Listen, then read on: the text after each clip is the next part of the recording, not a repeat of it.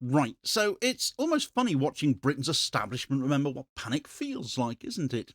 For years, the Green Party could have announced a plan to power the country with unicorn tears and it wouldn't have made page 12. But then Zack Polanski showed up, had the temerity to get himself elected leader, and started telling a few home truths about wealth, justice, and decency. And suddenly, the tabloids are in meltdown. The Express calls them Putin's communists now. The Torygraph calls him a menace. TalkTV goes full pantomime with Darren Grimes and Kevin Sullivan sneering about his Jewish name change. A smear so clumsy and frankly racist it practically recruits for him. And through it all, Polanski just laughs. Because the moment Britain's right-wing commentariat starts screaming dangerous at the only people still talking about fairness, you know they're running scared. Hope, it turns out, has finally become subversive again.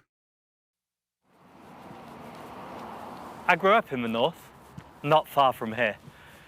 I remember I used to wake up with this hopeful feeling, not like I was in a cornflakes advert or anything, but there was something in the air back then, a kind of ordinary hope. Seen. That's why we need a wealth tax. Not on plumbers, not on small businesses, not on ambition. Just a 1% tax on the assets of the super rich will help reduce inequality, give us warmer homes, an NHS that works, free and universal childcare and air our kids can breathe. And by the way, if anyone tries to say to you, won't the super rich just leave? A more equal society? It's good for them too. Since the pandemic began, billionaire wealth in this country has doubled. Meanwhile, millions use food banks and warm banks as a lifeline. Some politicians seem confused. Do they serve the billionaires or do they serve you? I'm not confused. Ordinary people can't wait any longer. I'm here to make this call, but I can't do it alone. Will you stand with me? Let's bring back that feeling and make hope normal again.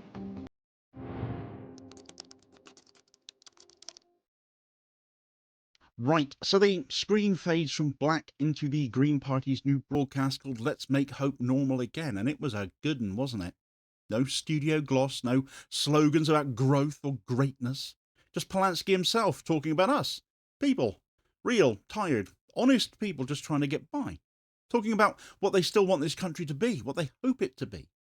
He explained what he wanted to do, but more importantly, exactly how to do it, how everything actually worked, and exactly how it benefits everyone, rich and poor alike, to reset this country in terms of fairness. But something unusual has happened as a result of it, though. That 3-minute political broadcast made on a shoestring budget is just Polanski talking in an ordinary street, could be anywhere in Britain, frankly, at dawn, has cut through a decade of political numbness and forced Britain to feel again. Within 48 hours of airing, the Green Party's membership was rising at a rate of 3,000 a day. Membership has now passed 90,000. That's up 20,000 in the month since Polanski has become Green Party leader. But how did a single broadcast turn Britain's arguably most ignored national party into the establishment's biggest political headache? Because this time the right people panicked. The Daily Express declared that the Greens were the party even more dangerous than Starmer's Labour, the UK's answer to Putin's communists. The Telegraph called their new leader Polanski a menace, and deluded Yahoo News accused the Green Conference of capturing everything wrong with the modern left. And then when TalkTV's Kevin Sullivan and Darren Grimes tried to smear Polanski personally, mocking him for changing his name from David Stephen Polden, implying he'd done so for showbiz effect, the pattern became unmistakable. They ignored the truth, that his family had anglicised their Jewish name to escape anti-Semitism, and that Polanski had reclaimed it as an act of pride in his heritage. It was not an attack on vanity, it was an attack steeped in the very prejudice his family once fled, and which we've seen weaponised to death by too many politicians. And here is the right-wing media joining in with that now, because doing some actual research before opening their gobs seemed like too much effort. This was no longer routine hostility towards a small party, it was a full-spectrum backlash, class contempt, cultural paranoia, and in this case anti-Semitic dog whistling, triggered by something Westminster and Fleet Street can't control any longer, a little bit of moral clarity. To understand the scale of the reaction, let's have a look at understanding the silence that preceded it. We need to have a look at that. By the middle of 2025, British politics was basically running on managerial autopilot, wasn't it? Labour under Keir Starmer become an instrument of authoritarianism and spending caution. The Conservatives were shattered, and still are. And Reform UK was indulging in populistic, performative outrage on repeat. The Lib Dems were, as per usual, functionally invisible, much like whatever it is they apparently allegedly stand for. Every major party spoke the same language of restraint, though, of responsibility, of compromise. Everything's awful. We offer you no hope whatsoever. And the press reflected that vacuum. Policy was covered as arithmetic, not ethics. Caution became the new patriotism. So in that landscape, the Green Party, even as it talked about inequality, energy renationalisation and rent controls, remained politically inaudible. They weren't cutting through. The media ignored them. What platform else did they have? So when Zack Polanski took over the leadership last month, he inherited a party that was policy rich, yes. All there on the website. You can only just go pop over there and have a look at it. But it was unheard. So his response was not to moderate the message anymore, but to simplify its purpose. A party that would talk about fairness as plainly as others talk about finance. And at the Bournemouth Party conference that's just finished, he spelled it all out. Britain, he said, was being poisoned by wealth. The top 1% hoarded assets, while the Bank of England handed £20 billion a year to commercial banks in interest payments. That figure was confirmed in the Financial Times. He argued that ending those payments and taxing accumulated wealth could fund public housing, renewable energy, and living wages. And of course, after all that gets dealt with, you can then talk about the climate crisis, because people will be able to make those decisions. They can afford to think green. Whereas at the moment, they're just thinking about how they can afford the rent or how to put food on the table this week. So the logic was quite exact, and the tone was absolutely unflinching. And yet the story barely registered again, until the party released Let's Make Hope Normal Again. The film's impact lay in its normality. It avoided the cliches of climate advertising. There were no polar bears, no despairing children, no moral sermon. It replaced guilt with some solidarity. Ordinary people have spoken to Polanski about rent, care work, clean air, dignity, how they're struggling with it all. So it wasn't a commercial for a given party, it was testimony. And when the video dropped at the close of the conference, it spread faster than anything the party has ever produced. It has been shared hundreds of thousands of times across X and TikTok and other social media platforms, and has now racked up literally millions of views. Inside Party HQ, the data confirm what the comments suggested. 1,000 new members per day, as were already coming in since Polanski was elected. Had become 3,000. This week, the Greens have now crossed 90,000 members. People just last week were talking about maybe the Green Party will reach 100,000 members by Christmas. Now they're talking about getting there in days. The film worked because it didn't flatter, it levelled the playing field. It reminded people that politics is meant to represent them, not market to them. It treated hope not as sentiment but as resistance. And the establishment's answer to that, much as we saw with Corbyn's Labour, was absolute hysteria. Tim Newark in the Daily Express set the tone particularly low, but then it is the Express, more comic than news, calling the Greens dangerous and comparing them to Putin's communists. The claim was factually meaningless, but politically revealing. Russia's regime has imprisoned environmentalists. Britain's Greens literally are environmentalists. But the headline wasn't meant to inform. The Express rarely ever does it? It's just meant to trigger a reflex. The Telegraph echoed that with its own moral panic. The Greens' new leader is a menace, woke, deluded. Yahoo News followed with an opinion piece insisting the Green Conference captured everything wrong with the modern left. And then came that TalkTV segment, which I personally found the most offensive. Sullivan and Grimes, two pundits whose careers depend on outrage, mocked Polanski for rebranding himself, implying that he'd changed his name to sound exotic. The real story, ignored on air, was that Polanski's grandparents had changed their surname from Polanski to Polden to hide their Jewish identity in a country that made them fear for it. He had reversed that change as an act of reclamation. The insinuation was not just false, it was anti-Semitic in the most predictable way, accusing a Jewish man of deceit for taking pride in being Jewish. This was the right-wing media's fallback strategy, where moral attack fails, bung the morals out the window, just smear identity, and it's backfired. Within hours, the clip circulated on social media with the original family history being attached, because plenty of people know. Thousands of comments pointed out what the segment had exposed, that the same broadcasters who weaponise accusations of anti-Semitism against their opponents indulge in it themselves when it serves their side. And the panic turned into humiliation. Why such ferocity, though? Why this? Why so much of that so quickly? Because this green surge now threatens the very ecosystem that sustains Britain's press. 5 corporations control more than 90% of national print circulation, and you wonder why the Greens can't cut through in the media. Their profits depend on advertisers and investors in finance and in real estate and fossil fuels, precisely the sectors most threatened by green policy. When a political movement calls for taxing wealth, capping rents and ending oil subsidies, it's not simply proposing reform, it's threatening their revenue model. So the tabloids' panic was not ideological, it's economic. Newark's column was in essence a shareholder statement. The idea of a party shifting fiscal power from banks to citizens is intolerable to those whose business depends on the opposite. And that's the real grotesque excuse behind the coverage. The moral panic was camouflage for the material interests of the mainstream media's benefactors. Polanski refused to play the role assigned to him. He did not respond with outrage, he responded with ridicule. His post on X read, "I'm never actually going to need to write another comment piece again, am I? The right-wing shit rags are just going to keep recruiting for us." It landed like a punchline that everyone already knew the setup for. It worked because it named the power dynamic directly. The media could attack him, and they are. But in doing so, they prove his point. The more they call hope dangerous, the more they proved how hollow the establishment had become. The humour was not decoration, it was strategy. It broke that feedback loop of outrage and replaced it with contempt, which is exactly what we should offer these entities. Contempt for them and everything they stand for. His supporters laughed with him, not at him. At Green Conference in Bournemouth, Polanski's message was just as blunt. He warned that authoritarian alarm bells were ringing in Britain, the criminalisation of protest, the normalisation of surveillance, the politicisation of policing. ITV News led with that quote because it captured a reality too many politicians now avoid, that authoritarianism can arrive in administrative form. He linked that erosion of liberty to economic inequality, the logic that when citizens are stripped of agency, they stop expecting accountability. The argument connected ecology, economy and democracy in one line of causation.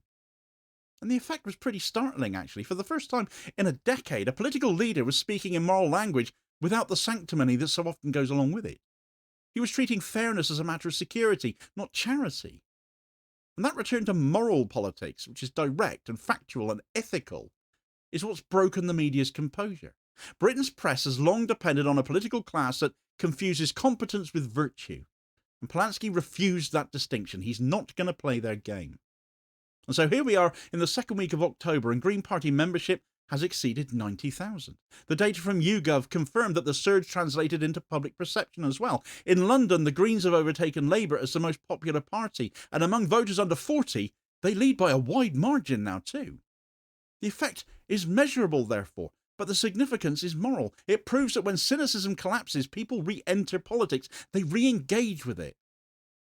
So the Green Party's core proposals of taxing the top 1%, having explained exactly who they are in that political broadcast, as Polanski went to pains to explain in a brilliant way, and ending the Bank of England's annual subsidy to commercial banks, which are benefits for banks as that functionally is, and enforcing rent controls and recognising international law in Gaza, these were not radical by European standards. What made them explosive in Britain was their honesty about it. And honesty in a political system that's addicted to euphemism ends up coming across as revolutionary. It's not the first time Britain's establishment has mistaken some sincerity for subversion, though. When Jeremy Corbyn led Labour, his call for redistribution was painted as extremism. The press turned morality into a threat then. The difference this time is tactical. Polanski learned from that collapse. Corbyn tried to argue his way out of the smear cycle. Polanski jokes his way through it. The contempt he has for those trying to push this same trick on him now. He treats outrage as validation, not crisis. The effect is subtle, but it's decisive.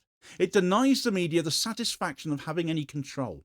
Every attack becomes evidence of relevance. Every smear becomes a signal that the right people are nervous. Across Europe, movements connecting climate and class are gaining traction, from Germany's eco-left to France's NUPES alliance to Spain's Podemos. All translate environmental survival into social justice. The British Greens now occupy that same space here in the UK. The difference is the adversary they face. Britain's press is uniquely concentrated and uniquely hostile. More than 90% of circulation sits under just 5 owners, many with direct financial interests in the industries the Greens would regulate. So the hostility is not ideological, it's defensive capitalism in print. It is mainstream media rallying to protect their own interests, not to keep us informed. That concentration makes the Greens' breakthrough even more significant, though, because their success came without the usual gatekeepers, powered by decentralized networks and peer-to-peer communication, people using social media. Let's Make Hope Normal Again reached millions, not through the broadcasters, but through people sharing it voluntarily across social media, something that just doesn't typically happen with party political broadcasts. It was proof that post-media politics can work, that persuasion no longer depends on permission from them. So when the Express compares the Greens to Putin's communists, it did so not out of conviction, but out of habit. Fear is the currency of a dying media model. Outrage drives clicks, calm does not. But this time the fear campaign has exposed itself. The contradictions were visible in real time. Russia persecutes the environmentalists. The Greens are environmentalists. So the premise collapsed on contact with facts. And readers noticed. Screenshots of the headlines circulated alongside comments mocking the absurdity of it. So instead of inoculating the public against green politics, the press vaccinated it against tabloid manipulation. Long may that continue. Something we on the left certainly are more aware of now because of what happened to Corbyn as well. And that feedback loop, the attack, the ridicule, the exposure, it's all now built into Britain's political ecosystem. The more the tabloids overreach, the more they're going to end up discrediting themselves. The Green surge is not merely organisational, it's diagnostic. It reveals how empty Britain's moral centre has become. For years, the political class has treated decency as a branding exercise. The Greens have reintroduced it as a political argument. They've reminded voters that fairness and transparency and truthfulness are not luxuries, are the essence of good governance. And that shift's contagious. Every hostile headline amplifies it. Every smear confirms it. The emotional core of this movement is not idealism, but exhaustion. A generation raised on crisis, climate, housing, wages. Who spent years trapped between despair and distraction. The Greens have just offered an escape route from that, through participation. Therefore, it seems a very good time to join them, doesn't it? By linking ecological survival to economic fairness, they turn private fear into public purpose. That transformation, climate anxiety into climate agency, explains the velocity of their growth. People joined not because they expected to win tomorrow, but because for the first time in years, someone was speaking truth without apology again. The real story of this moment is structural. For most of modern history, Britain's print media decided what counted as serious. That monopoly is now gone. A single, well-made video can outperform a week of front-page performative coverage. The Green Party have just proved that. The Express and Telegraph, sure, they still reach a lot of people, but they can't dictate the framing. The old power to define normal is slipping away from them. That's why the word dangerous keeps reappearing in their coverage. They mean it. Polanski and his party are dangerous to the system that privileges wealth, to the press that protects it, and to the cynicism that excuses it. The anti-Semitic smear, the communist headline, the menace column, all of them expose the same anxiety and fear. The establishment is frightened. The Greens have made morality politically contagious again, and that contagion threatens those who profit from apathy. If danger means making people believe things can change, then yes, the Greens absolutely are dangerous. 2 months ago, the Greens were arguably a parliamentary afterthought. Today, they're a test of conscience. Their membership figures are measurable. Their cultural impact is harder to quantify, but impossible to miss. They've turned mockery into mobilisation, hostility into evidence, and cynicism into recruitment. Zack Polanski has not reinvented politics, he's reintroduced honesty to it. He speaks with the rhythm of someone who knows that the audience already understands the problem. They just need permission to admit it. Let's Make Hope Normal Again was not branding, it was a redefinition of normal itself. It declared that integrity is no longer naive and that decency no longer need to be decorative. That, more than any policy, is what terrifies Britain's establishment press. Because if people start to believe that hope is rational, then the whole architecture of despair, the cynicism, the mockery, the moral blackmail, it all falls apart. They called the Greens dangerous. They were right to do so. They are dangerous to the idea that nothing better is possible. And in Britain's present political desert, that's the most revolutionary danger of all. So if you're feeling a little bit revolutionary right now, I think you know what you need to do. For more on what went down at Green Party conference, the policy positions, and what set the Greens under Polanski's leadership team apart from every other party right now, do check out this video recommendation here as your suggested next watch. Please do also hit like, share, and subscribe if you haven't done so already, so as to ensure you don't miss out on all new daily content, as well as spreading the word and helping to support the channel at the same time, which is very much appreciated, holding power to account for ordinary working class people, and I'll hopefully catch you on the next vid. Cheers, folks.